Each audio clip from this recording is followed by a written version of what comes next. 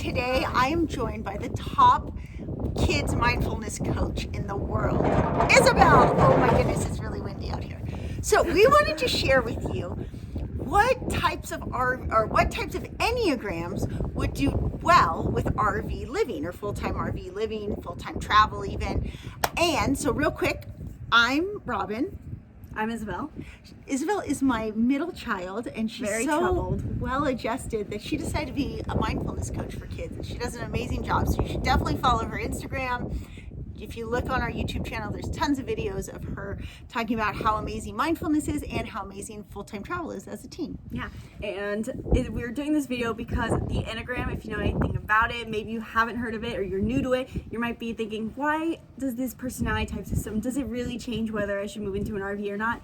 The Enneagram is very helpful, and it gives a lot of insight into our core desires and what we need to be fulfilled. So we personally believe in it, and we think it's going to help you a lot with deciding. And we've noticed, because we moved into an RV and then we learned about Enneagram, and as I learned about it, I'm like, oh, that's why this was so important, or I should have done this differently. And now we've kind of made adjustments based on knowing what everybody needs, and it helps everyone be so much more happy and successful. So this is not to say that not every type can. Every single type can live in an RV, but we're just going to give you tips on if you're this type. And this applies to adults as well as for kids. So type 1, what's the type 1's biggest struggle going to be? So type 1s are called the perfectionists. They have either a weighting of a 2 or a 9. These types are going to seem a lot similar to other types, but what differentiates them the most is that they're very organized. These are going to be either the kids or adults who are very good at organizing things, love things to be neat, and have follow the system for everything. They're not the people who wing it, and they do not like jerry-rigging things. They're going to want everything in order, and they want everything. Which can be hard because when you're on travel days, or when you're like breaking down camp, setting up camp, depending on how many kids you have, mess and clutter kind of comes with it sometimes. So what are some things like that would help a type 1? So each of these numbers, if you know anything about the Enneagram, have a growth and stress, and that's what we want to look at whether you move into an RV or not is, okay, what is my growth? What are the challenges they'll present, and what are the things that'll cause me stress? So look at that for yourself. But for type 1, they grow to be more spontaneous and relaxed rather than neat freaks or worried about the system. So those challenges you're going to face if you're a type 1 in an RV is that you're going to be overwhelmed by the little bits, how small the space is, and how you want to have a way for everything, or at least have an organization for yourself. So just take a moment to notice that's your type 1 coming out, and that you just need to allow yourself to have, while you need allow yourself some organization, notice where, draw the line, and allow yourself to just breathe and it's going to be misorganized during the drives. It's okay. It's going to be messy, but it'll be organized eventually. I'll be able to fix it, and then I'll have my inner peace again. I guarantee you're type 1s, you're the types that are on Pinterest doing the RV organization blogs or devouring those, because you're going to want to find a way to have it organized. But yeah, give yourself some leeway along the way. All right, type 2s. I'm an expert in type 2s, and I would say that it is totally doable for a type 2, but it is hard. And more than likely, if you're a type 2 married to a type 1, you probably aren't going to choose this lifestyle, wouldn't you think, to begin with? But if you're a type 2, you're probably married to a type 7 or 8 or 3, then you inadvertently might end up in this situation. Yeah. So in RV living, there's for the Enneagram, there's 2 groups. There's the group that is going to do better with organized travel and still can do it, but they're going to find it uncomfortable. And then there's the people who are going to want spontaneous travel and are going to struggle a little and going to find it a little easier, which we'll talk about later. But the type 2s fall on the organized side, and the type 2s are called the helpers. These are the people, both kids and adults, who are always the first to lend a helping hand and very compassionate and caring. They're the stereotypical, what people consider the mom, which may be upsetting for some of us men watching, but that's okay. We love you. But what you're gonna come across as a struggle is that type 2s, while super giving, they need to have space for a routine and structure. Yes, because they're not the type who like to go with the flow. They want some sort of predictability. It was so life. hard for us to travel when we traveled fast. It's only now that 6 years into it that Victor feels successful and happy doing it, and we stay in the same campground most of the time for at least a week, if not longer, and it's made all the difference. Yeah, but another thing with RV living, if you're a type 2, because your core desires, you want to help people so much, it's gonna in a way set you up. One, it could set you up to be over giving and over worried about how the RV is organized and is it all clean, worried about dinner, what about this, is this working fine? But it could also be beneficial because you might end up making space to take care of yourself now that because RV living weeds out so much of You that become unnecessary time rich, things. and so if you can, in that time richness, take care of yourself. Type 2s, it's Yeah. really important. All right, type 3s are probably going to thrive. Yeah, they fall on the other side of the scenario. Type 3s are called the achievers. They are the stereotypical professional athletes and all-star kids in school, wouldn't you say? Yeah. And these, you'll be able to tell this type, they might seem a little like a type 8, which we talk about later, but the difference is these people are more image conscious and they are striving always to be the best at They something. want the award, so you're going to want to make sure if you're type 3, you're probably looking, you won't do it until you have the best RV. Not necessarily like a type 5, like the most research, like the best, the newest, perfect all the gadgets. one that you see yourself driving in. Yeah, so that's the thing with the type 3s is that they're going to be very ambitious. So if you're a child or an adult living in an RV or want to do RV lifestyle, you're going to want to set up your life where you have a goal or something that you're doing every day, because these types can tend to get very antsy from not doing something or not achieving. So setting yourself up to have something that you're a hike, like we have a type 3 who lives Honestly, with us. why our travel's the way it is and why it's also so hard is because our travels, a lot of it's dictated by Gabby's need for achievement, because she's a type 3. she's a 3, and as much as I like diversity, I probably wouldn't be as achievement driven, like have to get every one of the most epic hikes and challenge myself on the rock wall. I'd probably chill out a lot more. But then from my husband, who's a type 2, it's a lot harder for him. He needs stability and routine. We kind of found that for the last couple of months here, but it's about ready to change again. Yeah. So type 4s, you definitely, you're like to be the individualist, right? Yeah, so the type 4s are called the Individualist. They are, as kids, they can seem like the, what is it called? The odd man out, or the unique child, the artistic child who seems to be a little quirky.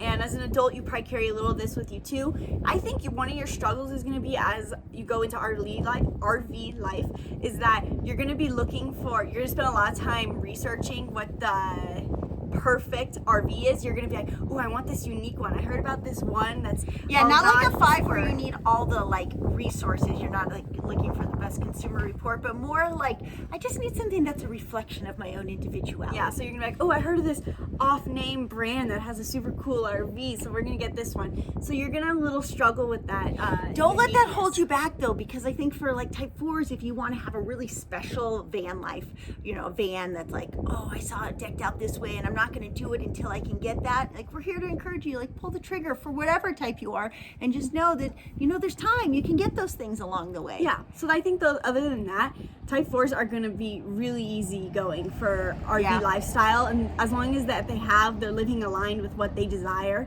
and aligned with their emotions, they're going to find it very easy. 5s, those are the ones that we've mentioned a couple times. Consumer reports, you're going to need to get all the beta before you pull the trigger. And quite honestly, I think type 5s are going to be the least likely to actually pull the trigger and go into RV living. But if you're married to somebody, you have a significant other, or your child is a type 5, you've really got to make sure that you respect their need for information, and they need a lot of space, right? So the type 5s, we encourage all Enneagram types should RV life. I think RV life is something for everyone. But out of all the types, the one I would say that I've seen struggle the most personally is type 5s, because the type 5s are called the investigators. But the biggest thing with them is that they're not the social birds. They are going to be very withdrawn. They like their space and they like having things all laid out, and they like to be able to have everything organized, or at least seen. They have a specific way they like things. They're not organized like a type 1. It's kind of a messy organization, and so they don't have room to spread out their stuff. Their thing is that they're kind of tend to be their sin, they call it, is that they're hoarders in a way. It was really hard. Daniel is doing great now at 21 years old, but for a while it was hard for him because he needed his space and his time. And naturally with RV life, you don't have that. You're sharing space, well, at least for most people, if you're a family, especially if you have a kid who's a type 5, which I've seen twice, they struggle with that they don't have their own space. And they as don't an like adult, that. if it's just you and your spouse, you're probably great as a type 5 because, you know, if you have a big fifth wheel, you have plenty of space, so it might be easier for you. Yeah. Type 6s are another one that are going to be probably reluctant to choose RV living. With the type 6s, 2s, and 1s, it's really important that you do slow travel and you have a plan or a routine. 6s need, they're very loyal and giving to you, but they, in return, they kind of want life to be something that they can and sometimes predict. 4s and 9s will need some of that predictability too. They like to be spontaneous and have fun more, and they want some sort of newness, but they also do get a little anxious when they don't know what's coming next. So for 4s and 9s too, a little bit there predictability too. But so for type 6s are called the Loyalists, and these are the people who can tend to seem a little bit like worrywarts because that is their biggest struggle.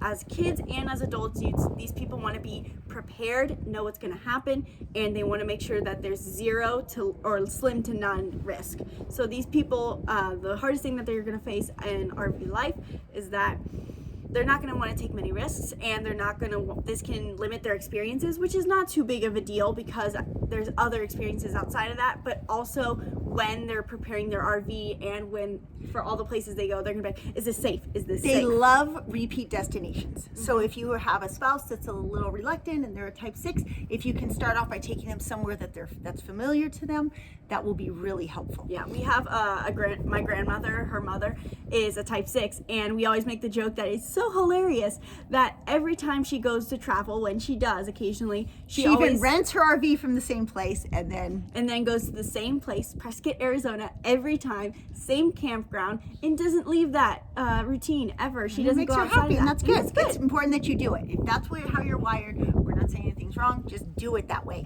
and respect it in a marriage or in a relationship. Yeah. And then we have the opposite of that, which is a type 7. A type 7 is called the Enthusiast, which sums them up. I always say this every time because it's so accurate. You know someone's a type 7 when they seem like a golden retriever in a human's body. They're just, hi, I want to experience life. What are we doing? What are we doing? They seem a little bit ADD or they will have trouble sitting still. And so that will be barely sit still. I mean, we're to balance Victor's 2 and Jariah's 7 is really hard because Jariah does not want to sit still in the. I mean, as long as he's outside and playing to some extent, but he needs a lot of entertainment value. That's true. So if you're type 7, your biggest struggle is going to be especially the long drives. If you do them in RV life, you're going to hate sitting still, and you're especially going to hate silence, which sometimes comes along with RV life. Just make sure you have a lot of podcasts, a lot of music, good playlists. Have you seen our Isabelle made 100 song playlist that's very popular? Check it out on our blog. We'll put it in the description.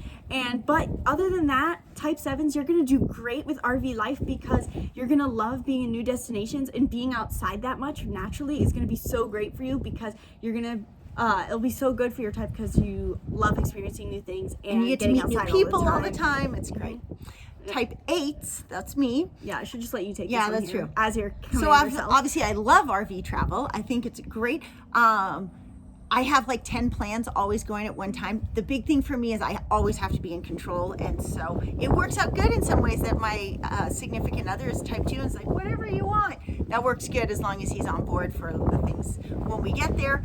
Type 8s, you do have to realize that as much as you want to be in control and you can't be in control, you have to be empathetic and compassionate to what everybody else wants. And so overview of a type 8 in case you don't know. Type 8 is called the Challenger, and these people tend to seem a little bossy. Their natural tendency is to be assertive, bold, brave, and challenge people's opinions. They can seem a bit like a debating type who loves to argue, and so that's the one you want to keep in mind when you go into RV travel, is that you're always going to either like intensity and be like, okay, let's jump from one destination to the other and leave this last place behind as fast as possible because I want to see as much as possible.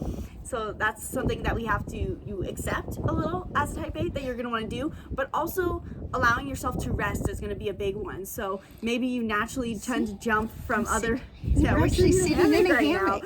That's such growth. Good job. So yeah, allowing yourself to rest is going to be a big one, and especially to you're gonna do great off of RV life. Other than that, is that you're going I do think that's what drew me to it to begin with, is because it was new at camping, but I actually let myself rest. I don't let myself rest nearly as much as I should anymore. Yeah. I need to work on that. And then finally, our last type is type 9s. I am a type 9, and I think naturally all type 9s are going to be, because of they're literally called the Peacemakers, they're going to be easygoing with whatever travel you do. If you have a kid who's a type 9, they're going to be, when you mention the idea, they're like, yeah, sure, whatever, sounds fine. Just make sure that I don't get hurt a little. But the type 9s are called the Peacemakers. These people are easygoing, calm, harmonious, and their core desire is that they just want inner harmony. So as long as RV life aligns with that, they're going to be fine. So what the biggest struggle though for them is going to be that they're going to be fine with going new places, but they're also going to want some level of comfort. So if you unexpectedly say to them that, hey, we're camping in a Walmart parking lot tonight and there's not going to be showers, even though you really want to shower tonight, you're going to have to deal with it. That's going to set them off a lot, and you're going to just want to prepare them for that, or set up some level of stability for them so they know that they have something or somewhere. And they can be type comfortable. 9s aren't going to tell you really if something bothers them, so you really want to keep that in mind if you have a type 9 in your life, that you need to ask them a lot of questions, like, hey, is it okay if we do blank? And encourage them to, because Isabelle used to be left out of things because she didn't like the idea of being uncomfortable, and now she recognizes that in herself and is like, no, I really like this. I want to do this. Just let me be prepared ahead of time. And now that she's done it, she's like, all right, I'm prepared. I'm good at this. Yeah, that's a perfect example. If you have a type 9, like, I never wanted to do the adventures. They'd always ask me, like, do you want to go? I'm like, ooh, sounds uncomfortable. I don't want to go do that bike ride. And then I'd regret it afterwards and stayed in the RV, and I was like, I should have done it. So if you have a type 9 spouse, or you're a type 9, or you have a child who's type 9, help them by encouraging them gently to just take on those challenges. And especially for RV life in general, like, just notice what they need for their sense And if of you need comfort. any help with this, we do coaching, because sometimes there's specific situations that we can really help you work with. Isabelle works with some families that have kids at RV, and she does kids mindfulness for the kids, because it really helps when the kid understands, oh, this is what I need to feel happy and successful, and then, everybody gets along so much better. Yeah, Right? and I also recommend, after you watch this video, while you're also listening for yourself, you should look at what your spouse is. If you're with your spouse going RV life, look at what their type is and what your type is, and try to judge what that dynamic is going to be like. If you're a type 8 and you have a type 5 spouse, then notice, okay, what you guys are going to have common ground here, but you're also not going to have common ground here. Absolutely. So you can check the show notes or the description, and we have a lot of resources to help you with this. Right? Other than that, get out there and live your RV dreams, because it is a wonderful, fun lifestyle. 10-10 recommend.